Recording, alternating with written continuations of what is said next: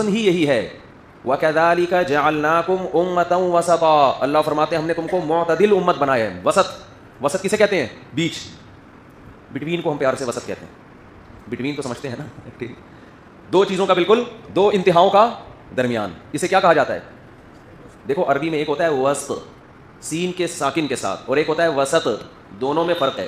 وسط عربی میں کہتے ہیں دو چیزوں کے بیچ کا کوئی بھی پوائنٹ, جیسے ایک پوائنٹ یہ ہے ایک یہ ہے, تو درمیان میں جتنے بھی پوائنٹ ہیں وہ سارے کیا کہلائیں گے؟ وسط, درمیان کہلائیں گے.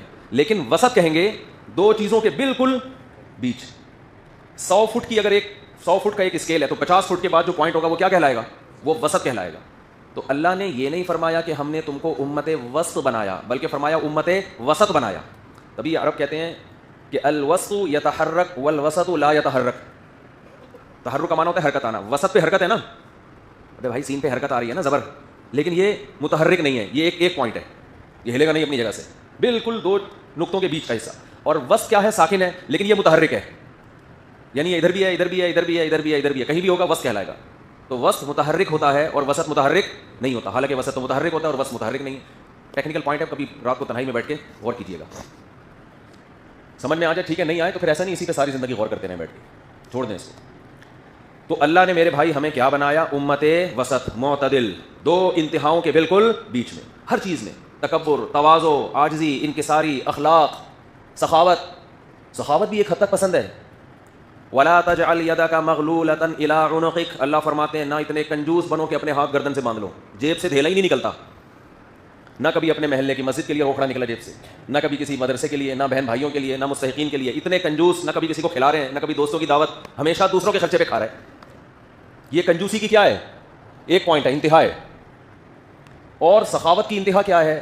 وَلَا تَبْسُطْهَا كُلَّ الْبَسْطِ, نہ ایسے اڑانا شروع کر دو فَتَقْعُدَ مَلُومًا مَحْسُورًا, کہ کل تم پہ ملامت ہو لوگوں کو, لوگوں سے بھیک مانگتے پھرو, قرضے مانگتے پھرو. بھائی آپ سے کچھ 100 روپے مل جائیں گے, کیا کرنا ہے؟ تمہارے پاس کیوں نہیں؟ یار ہمارے پاس سے ہم نے دیگوں میں اڑا دیا, ہم نے داتا دربار پہ 6 دیگیں چڑھا دی.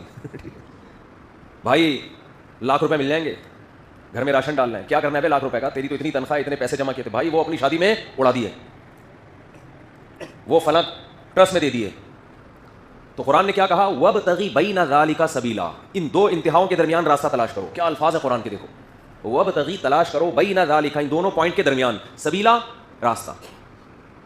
اچھا یہاں اللہ نے یہ نہیں کہا کہ ان کے درمیان وسط میں چلو, بالکل بیچ میں چلو, نہ ان دونوں کے درمیان راستہ. کیا مطلب؟ اس میں تمہیں آپشن ہے کہ بخل سے تھوڑا اوپر جاؤ یا کم اوپر جاؤ, زیادہ اوپر جاؤ یا کم اوپر جاؤ, اور جتنی زیادہ سخاوت کرو گے اچھا ہے, لیکن اس پوائنٹ تک نہیں پہنچنا. ایک پوائنٹ سخاوت کا ایسا آئے گا کہ تم خود لوگوں کے محتاج بن جاؤ گے. اس سے نیچے نیچے جتنی سخاوت کر سکتے ہو کرو. اب وہ ہر ایک کا حوصلہ ہے, کوئی زیادہ سخی کوئی کم سخی, لیکن آخری پوائنٹ کیا ہے؟ آخری پوائنٹ یہ ہے کہ اتنی سخاوت کہ کل اپنے خرچے پورے کرنے کے لیے لوگوں سے پیسہ مانگنا پڑے. نہ نہ نہ, اس سخاوت کی تمہیں اجازت نہیں ہے. اس سے کم کم جتنی چاہے کر سکتے ہو.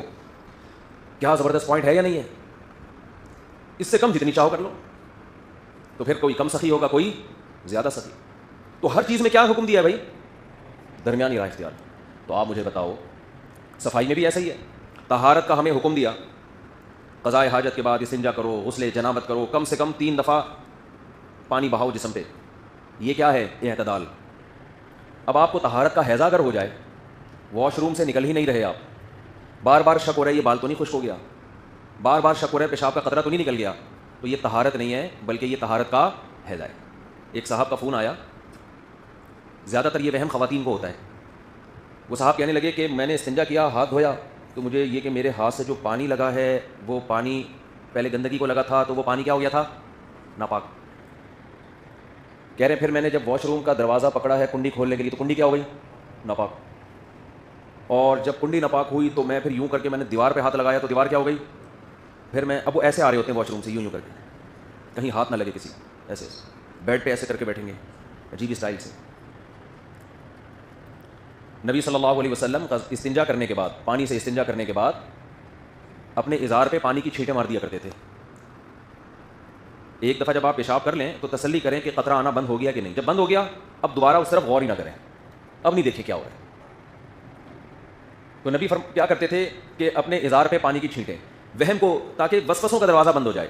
بعد میں کوئی تراوٹ نظر آئے, گیلا پن نظر آئے, تو خود ذہن یہ کہے کہ ہم نے یہ خود پانی مارا ہے. یہ ذہن نہ جائے کہ شاید یہ کہیں پیشاب کی تری ہوگی. تو یہ اس وسوسے کو کیا کرنے کے لیے ختم. اور بھی غم ہے بھائی, اور بھی کام کرنے, سارا دن استنجا تھوڑی کرنا ہے بیٹھ کے کہ شلواریں جھانکتا رہے گا بیٹھ کے. بعض لوگ ایسا کرتے ہیں, صبح اٹھ کے, نوجوانوں میں یہ مرض ہے, صبح اٹھ کے اپنی شلوار کا مطالعہ کر رہے ہوں گے بیٹھ کے. ایک صاحب نے تو کہا میں لائٹ کے سامنے لے جا کے دیکھ رہا ہوں تو کہیں کچھ نکلا تو نہیں رات کو. تو یہ تقویٰ نہیں ہے, یہ پرہیزگاری نہیں ہے, یہ کیا ہے, نفسیاتی مسئلہ ہے.